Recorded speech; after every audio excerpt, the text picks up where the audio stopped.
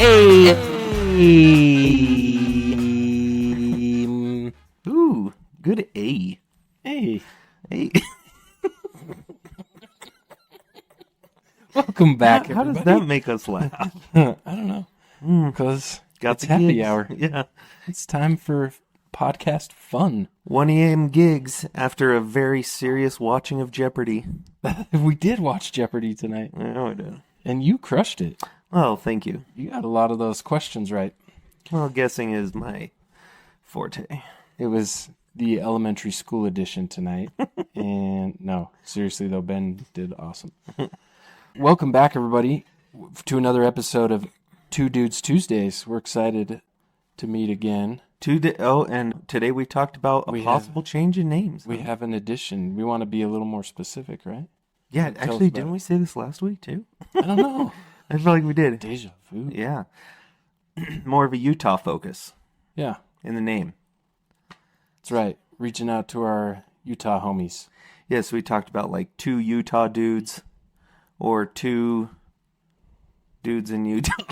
Yeah, we name TBD, but Yeah, we haven't had a lot of success so far. and that still includes Tony Finau. So Yeah, that's a good point. Yeah. it matters. Our homie tied for second was it third?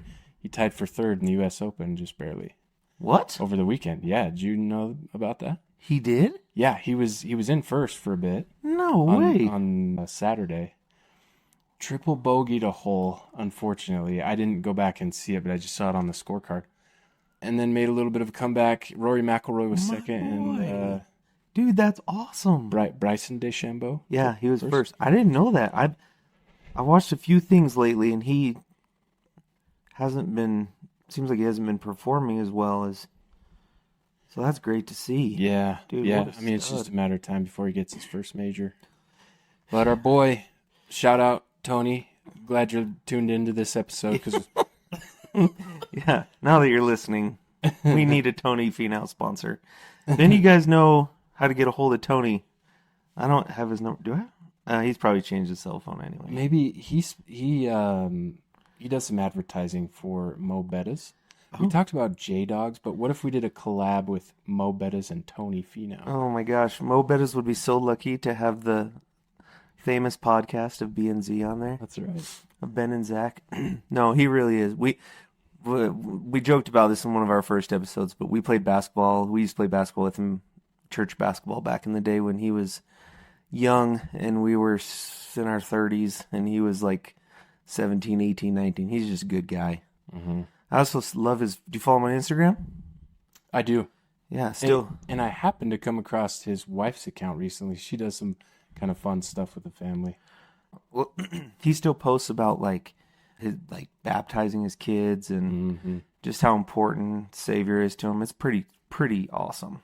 They seem like solid family. Yeah, just true to what he believed in, which is so cool. Yeah, I'm excited for the next barbecue he invites us to. Yeah. Well, fame changes a person. I mean, as me and you have gotten famous off of this podcast, we we try our best not to change. Yeah, it's been hard. I know you've changed. I have changed. No, you haven't. Well, I keep getting calls from people left and right about the podcast. My mom, Your aunt? my Mary aunt, Loy? yeah, your mom, my sister. Man, it's crazy. Yeah. Anyway, but Tony Finau, sports player, actually Yeah. brings up the topic But, today. Segue. on that same note, yes, perfect seg. We're going to be talking about sports today. And we'll get into the topic a little bit, but there was something that kind of created this idea for us.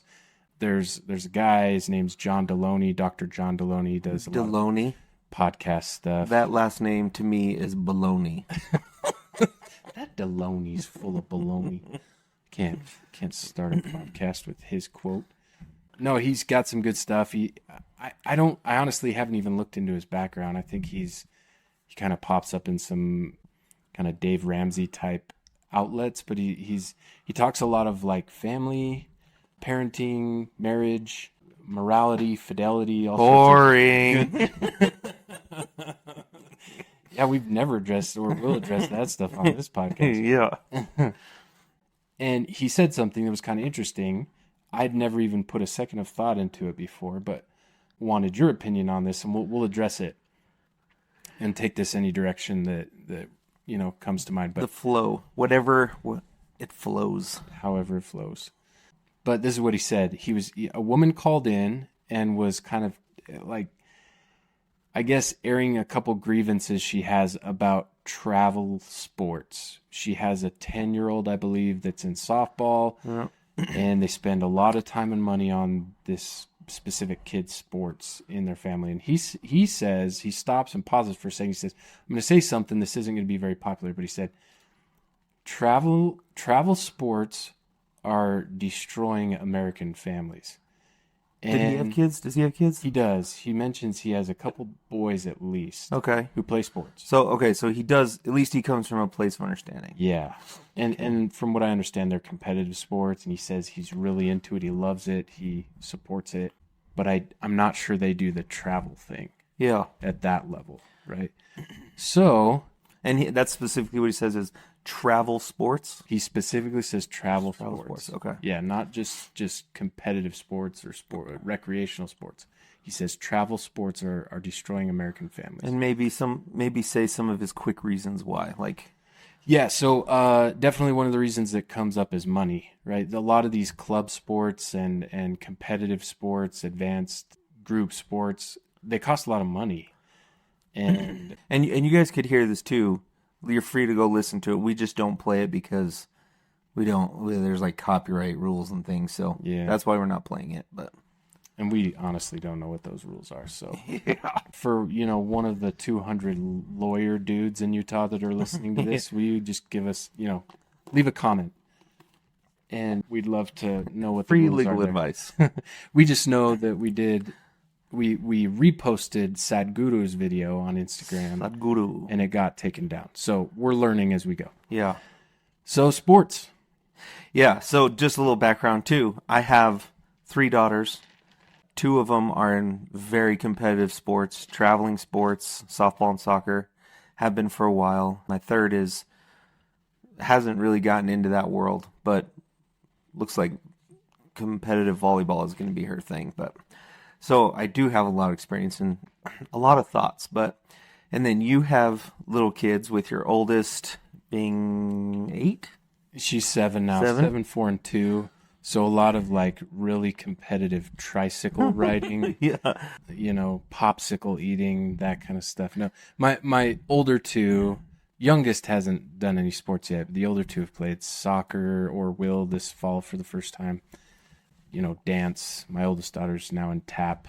She's learning some new stuff. So But you grew up playing competitive sports, and that will also be part of the Right. discussion. In fact, you probably played more competitively in swimming than any of us played in other sports, right?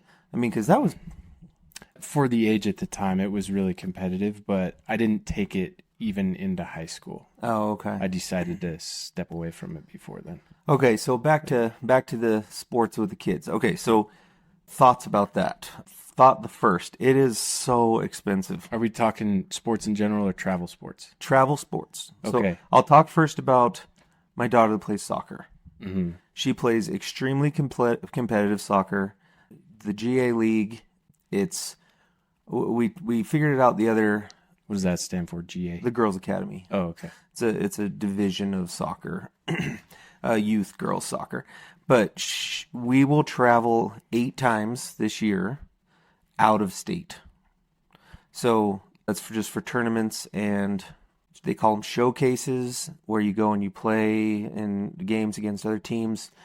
Are we typically talking like flights, or you get in your van and go somewhere? Are we talking cross country? Yeah, so the only ones where the only one where you're not driving for sure is Florida.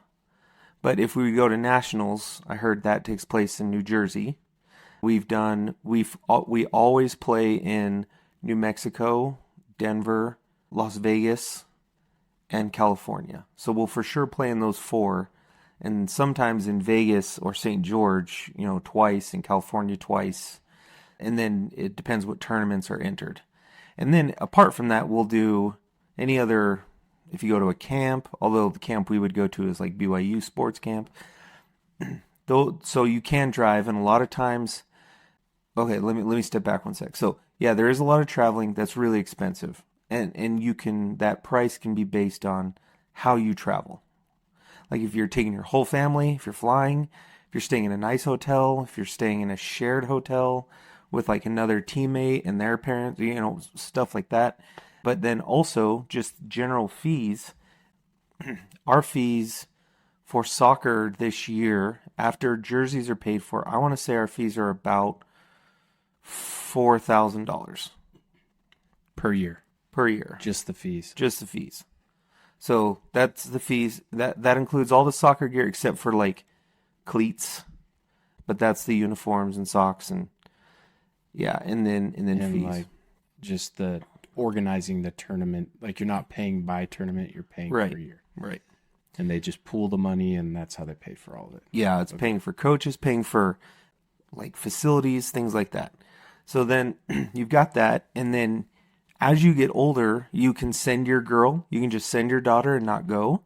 And then they have a chaperone family that will take care of all the girls, and that will be less money because they usually split the gas cost, they split the hotel cost, and they stay together. We don't do that. We haven't done that because we like to go. So anyway, it is very expensive. That's not a lie. Because if you're just playing, like that same daughter also played junior jazz basketball this year, and it costs like a total of $30. So if you're playing rec ball or local ball where you're not traveling, fees aren't even close to what they are in travel ball.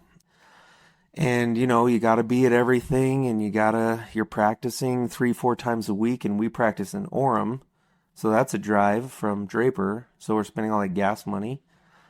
When you say you got to beat everything, that's to keep your seat on the team. Like that's the expectation. Yeah, and there's some girls who I've seen go on tournaments and not really even play, which is also Because sad. of that? No, just After putting in all of that. Yeah, maybe they're not starters, or I don't know. Whatever the reason could be, they just don't get a lot of playing time. Mm-hmm. And that's put all that money in and then do that. It's crazy. It's absolutely crazy. And so the money side, yes. The travel side, like I said, you can travel as a family, or you can just send them, or you can just travel. Usually one of us just goes. So either me or my wife will go. But I think that was part of his point, right? That it's tearing the families apart. Yes. I think he gets into that a little bit where you're kind of, you're splitting the family, kind of part of you are able to go and do this thing, and it's more time apart, right? Yeah. But I think the bigger point was the money point. And then I'm curious on another point he made was that your child is essentially dictating your schedule all year. Yeah. But especially during the summer months. What's your view on that? Like, is that a problem? Is it something you guys have all grown accustomed to? You look forward to it? Well, I love going to these sporting events. I love going to softball events, soccer, volleyball. I love all of it. So that's fortunately a good thing. But all of our family trips and like our summer trips are like to soccer events or to a softball event. And a lot of times we can't even do that together. So yeah, their schedules together do split us apart and also dictate kind of what we're doing. And that's it's been okay, but it's definitely not what it would be if we didn't have sports, obviously. Yeah, like to what extent is it disruptive? Are there other things that are getting put on the back burner that you wouldn't want to have on the back burner as a result? Yeah, like for example, instead of going to New Mexico for a soccer tournament with maybe just me and her, or my wife and her, it'd be way cooler if like that weekend all 5 of us went camping. But I wish I could do both because I still love going and watching her play, which is just awesome. But that, and then also just during the week, every single night we have something. right? A lot of times, multiple kids have things, like all three of them have something. And sometimes I think that church activities take a back burner to sports. Sometimes it's the opposite way, but I wish that wasn't the case. I wish you could do both. And also, I'm going to brag here for a sec, but I have like 2 genius daughters who are doing amazing in school. Like my third one isn't really dealing with that yet, right? But they both get A's and still do their sports. So school isn't really suffering, but I could totally see how it would. Mm-hmm. I didn't even have sports like that in my school suffer. Yeah. That's a good point that you bring up, though. Because there's like the church aspect of it, and part of being members of our church is that you have these regular weekly activities for youth ages, and a lot of times that can conflict. I remember as a leader, I was involved in some of those activities. Funtivities all the time. We tried to make them fun because we wanted them to come back and enjoy their time with each other, especially, and develop. But there were always some kids you knew that, like, when wrestling season started, football season started, we weren't going to see them for months. Like, they just weren't going to be at those activities. Yeah, and an interesting thing, I have a cousin. Well, it's actually my cousin's cousin. She was like a really high level softball player. She's really good pitcher. Went and pitched in college.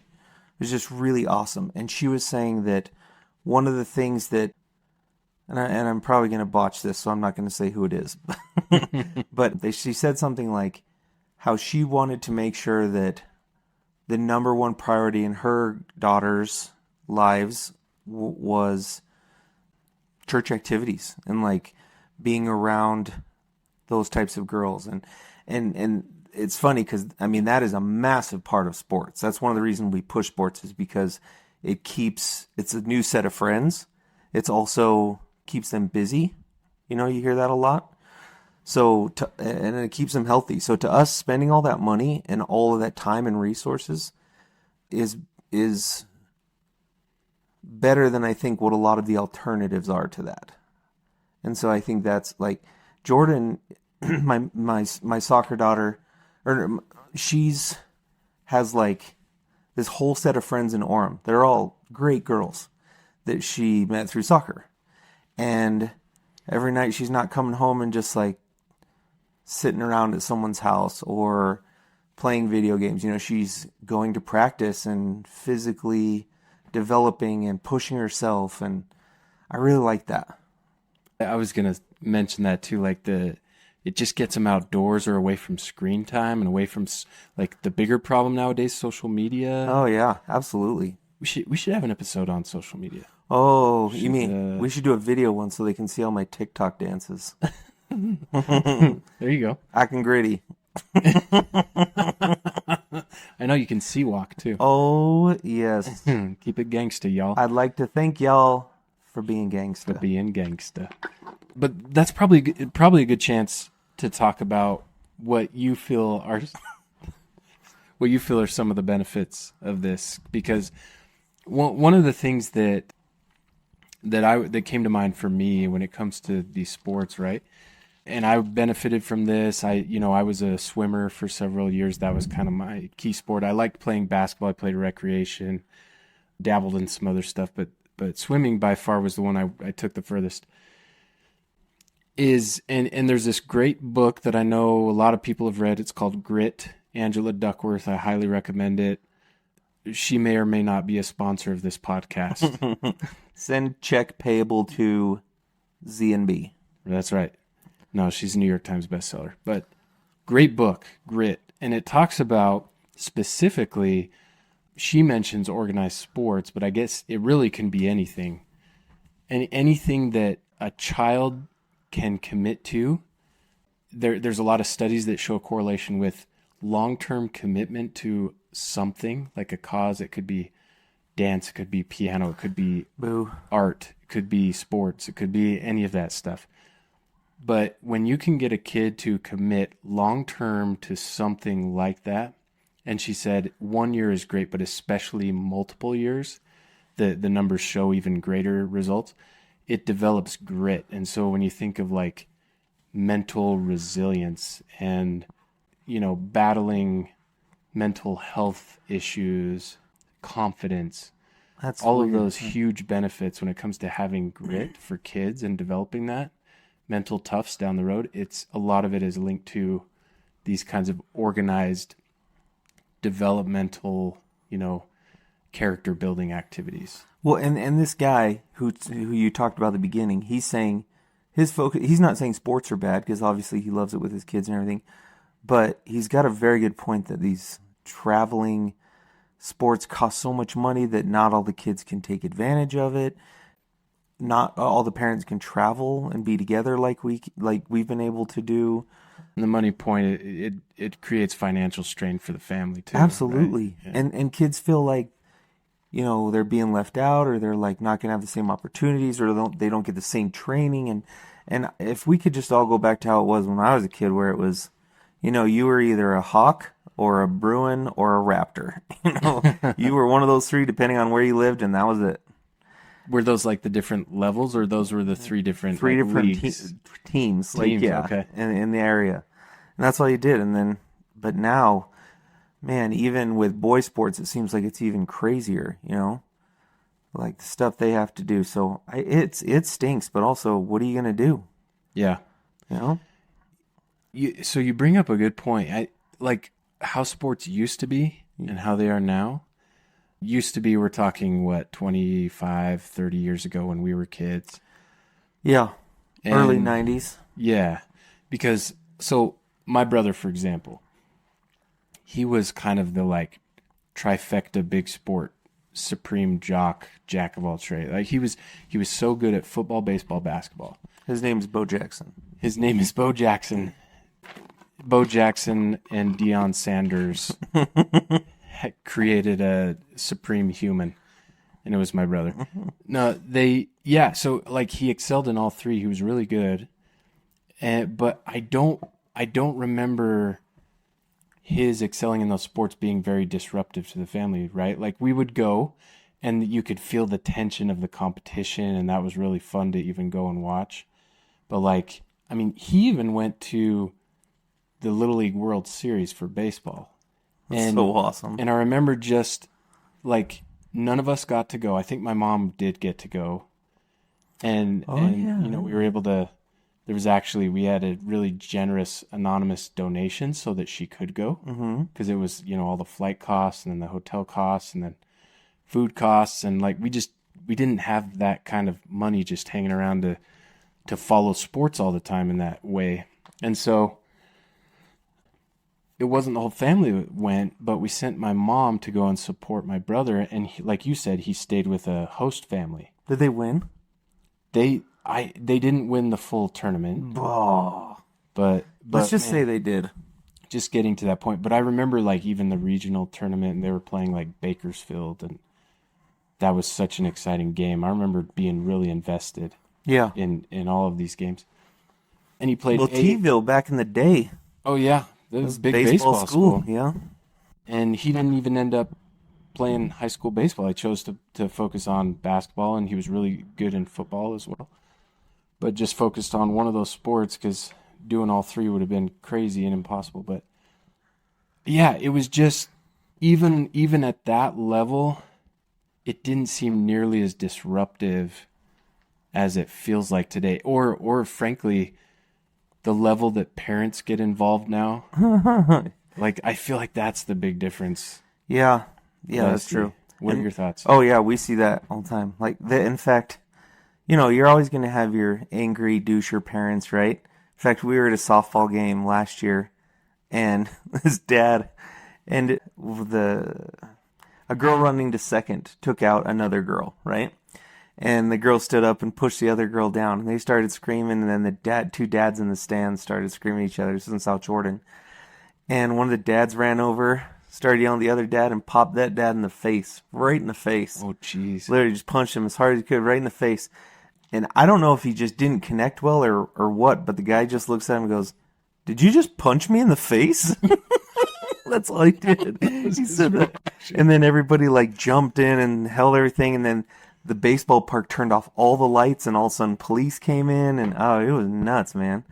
That's crazy. So funny. Did you just punch me in the face? Because the guy was like twice his size.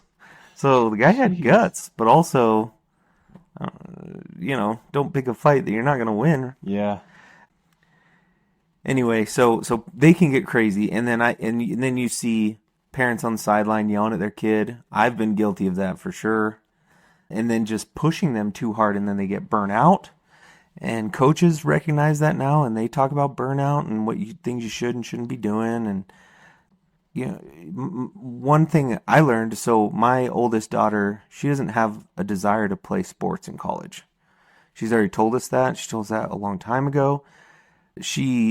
I think she's good enough to. I think she could get a softball scholarship if she wanted one.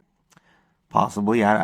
She's just still got 3 years left, but so putting all this money into it and time, and then her just being like, yeah, and that's it. And then just stopping. That was something too that I had to learn to deal with and not be crazy about, and be like, hey, I still want to push her and I still want her to do well, but also remember this is just temporary that she's doing this, and it's not everything about her and who she is, but it's still awesome. Still so fun. Dude. Yeah. So fun. And one more thing, you had said earlier, I don't know if you said this to me before the podcast or not, but you were talking about kids' faces and how excited they get when a parent is excited and how disappointed they get when a parent is disappointed, right? Yeah, just feeding off the energy of their parents, which I think goes back to your point on the fight, right? The fist fight. Yeah. Jeez. For good or for bad. Yeah. Well, what I was going to say about that is one of my daughter's soccer coaches told me that one thing he does is Jordan's always asking if she's doing good or not. She's like, am I doing good? Like, how, did I do good on that? She likes receiving that feedback. And he always just asks her what she thinks. So he doesn't say, he says, well, what do you think? The coach? Yeah. Okay. It's assistant coach. Oh, cool. He says, so what do you think about it? How do you think you played? How do you think that went? So that way she's internalizing her own feelings and not just going off of other people's feelings and whether or not I think she did good or he thinks she did good. That was little things like that really, really help and are effective. I like that approach. Yeah. There's always stuff you're going to be able to work on, right? Oh, dude, there's some times where you're on the sideline and I have to walk away sometimes just because I'm like, I want to just yell and scream, good and bad, and at their team and our team. And then there's some dads who are like that, dude, and they suck. Mm. Who don't have filters and just like go off every game, and you're like, go away. At their own kid or at everything? At the probably the issue, yeah, that there could be a lot of undue pressure put on a kid, of course. I have a hard time watching parents get really disrespectful with a ref. Yeah. There's always going to be kind of questionable reffing. There are times where it comes to safety, though, like where your kid's getting hurt Mm-hmm. and they're not calling things, and you're like, pay attention, or she's getting hurt, or because if a ref let things go, then sports tend to get crazier and crazier. Yeah. But I get what you're saying. Didn't you tell me about there was a kind of a local soccer league on a Sunday or something, and some guy punched a ref and it put him in critical condition? No, it killed him. Did it kill him? Yeah, this was that local? Is that yeah, here in Utah? It was in Taylorsville. Oh, jeez. It happened. All the best stories come out of Taylorsville. Fiesta Olay. No, this I heard this back when we came home from our missions, like around college. It was a soccer game. 17-year-old kid, I'm pretty sure 17, got mad at the referee. 43-year-old dad punched him in the side of the head, like by the temple, killed him. And his family, like he had kids, a wife, everything. And that kid went to jail. And I don't even know for how long. Tried as an adult. Probably. Yeah, Right? And it was manslaughter, but tragic, just tragic. yeah. But all over a sport, and this is where, there's the joke. I used to have this T-shirt that I think my brother got it for me. My family. Gosh, I wish I had a better memory. Yeah, I'm pretty sure it was my brother. But it's the shirt that says "Church Basketball, the brawl that begins with prayer." Yeah. Because we used to play church ball, and I don't think many wards and stakes are playing church ball anymore. But it's one of the many places that we get overly competitive in something that doesn't really matter in the grand scheme of things. Yeah, I lied. It was in 2013. Okay, so it's been a decade, Yeah. but For some reason, I thought it was earlier than that. But yeah, wild. he's 46, punched by a 17-year-old, died. I know there's stuff that's going on like that all the time, right? Maybe not to that extreme. I got to share this. There's this kind of. So my dad, he's incredible at capturing moments. Like his career was in television and journalism, and did some advertising and things like that. He's really, really good at telling a story and capturing moments. Anyway, You mean on film? Capturing moments? What do you mean? yeah. Like film and Oh, okay. part of telling the story. But yeah, it all revolves around film, and he's a producer and a writer, and he's really good at that stuff. He created a team video for my brother's football team, and there's this one part in the championship game that season where the other team, he's over on their sideline, and you hear the coach talking to the players, and the coach says, "No fighting until after the game." he really said that. He really said no fighting until after the game.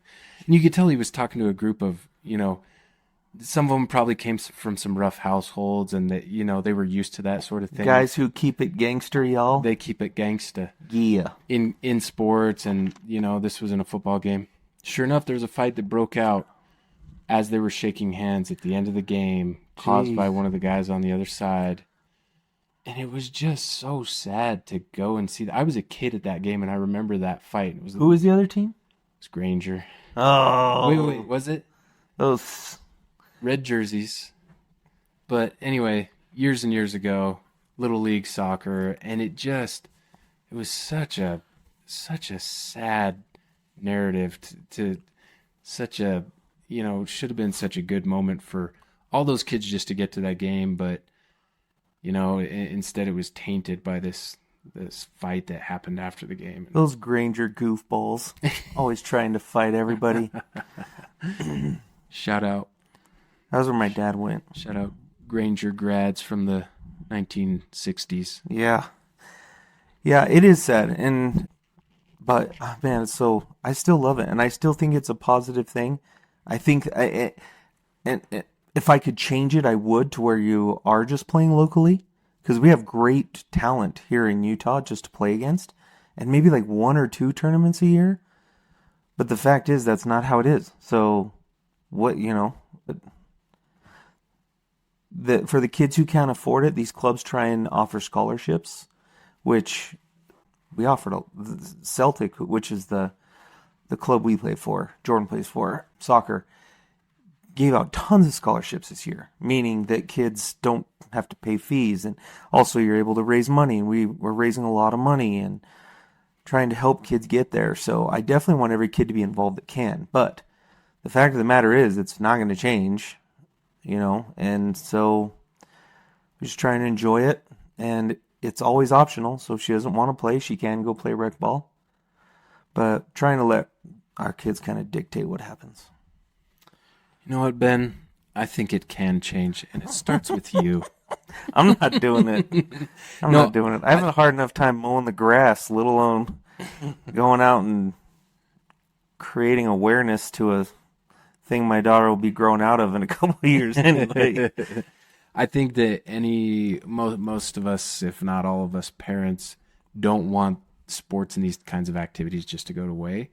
But I think there's some things that could vastly improve the experience. Oh yeah. What about the academies? Kids, people who send their kids away. So we now have the RLS Academy, Okay. where you can either live there at the academy and play soccer every day, all day, and go to school, and you live there.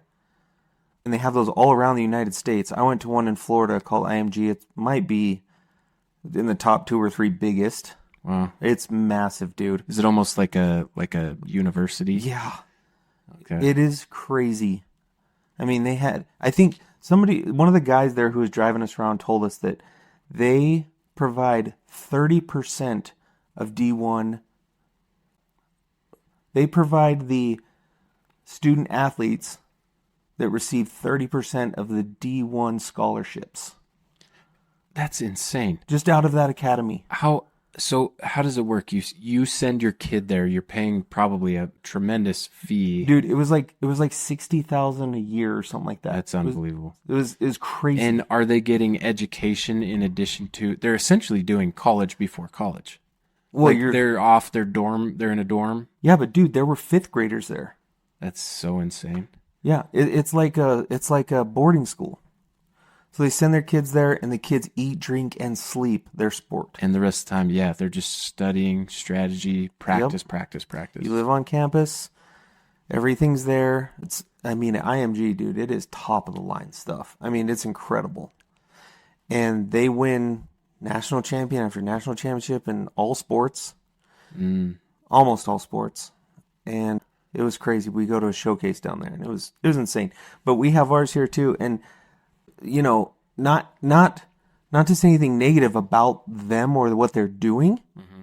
You couldn't pay me $1 billion to send my kid away to an academy for a year. No way. That'd be tough. I don't even like my kid spending night at someone else's house for a night. So to be like, okay, I'll see you once every 2 or 3 months. No way. No way. I don't care if I'm selfish. I don't care whatever. No. Yeah. I don't even want my girls to meet a stupid guy and get married. I want them to stay with me forever. You better finish that basement. Yeah. Nah, they already have bedrooms in your house. Stay in the bedroom, and then they can marry a doctor who is always doctoring. And only comes home after I've fallen asleep and leaves before I wake up. And sends big checks home. That's it. Unless it's Tony Fino. That's right. That's right. Yeah. Well, this has been informative, I think, for me, but good topic, good discussion. Again, like always, we want to hear your feedback. Yeah, I want comments from sports families and stuff. Comment. We want to hear additional perspective where, points that you agree with, you want to add, you disagree with. Let us know again on our Funny Instagram. Jokes. 2 Dudes Tuesdays. Yes. Number 2 Dudes Tuesdays. That could change. We might throw the word Utah in there, but we'd still keep the other one. Yeah. 2. Yeah, leave Instagram comments. Tell us what's up. Yeah, let us know. Shout out to a few people that did. Katie, Lau. That's right. Mackenzie. Kenzie, shout Rachel, out. Sam, he commented on it. Yeah. Well, that guy likes Burger King. He is. And then I think my mom comments on everyone. So thanks, Mom. Yeah. Well, thanks for tuning in. We enjoyed this. Want to hear from you. Really want to get some feedback, comments, and ideas for future episodes and things we've already discussed. Love to hear from you. Yeah, if you or somebody you know would be like a good interview, let us know. Hit us up. Yep. Like someone that's got some unique perspective on something. We want to do as many interviews as possible. Definitely. I think that's a lot of gonna bring more guests on the show and have those discussions. We really enjoyed that. The 2 that we've had so far. Next week we're gonna have Michael Jordan. So make sure you tune in and tell all your friends. He may not be able to show, but we think he will. We definitely think he will. In fact, we've arranged for a discussion between him and Brian Russell, former Utah Jazz. Yeah, so on the push-off. They're going to come on the show and talk that through. Well, they don't need to. I can just tell you. We've never heard that marketing stunt before, so this time it's really happening. He just set his hand on there. Hey, Do you think he pushed? yes. Oh. I don't know. I don't know because I've recently gone back and looked at it, and Yeah. I'm not sure it would get called today, especially in those final moments. I think everyone's expecting no whistles to be blown Well, when your back is turned and you're for the offensive side, right? leaning back. But that it would all be those pressure moments are on the defensive side. I think. Well, we'll discuss this in next week's podcast with the two of them. Yeah, right. So make we'll sure get you their listen. perspective. Yeah. Yeah, we'll talk about the push off. Tell your friends. I think we're also going to have a Biden. Joe Biden is going to stop by. Talk. I've got Trump on the list. Right. This joke's gone too long. We're actually the hosts of the next debate. So, Two Dudes Tuesdays is hosting the next presidential debates. I don't even know if I'd know a question to ask. Be sure to tune in. Hey, Trump, do that thing with your hair. Biden. Biden, Biden. here's a Kleenex to wipe the saliva that's dripping down your face. Wait, we can't get political. No, we can't. Obviously. Obviously. Thanks for tuning in, and in case we don't see you, Good afternoon, good evening, and good night.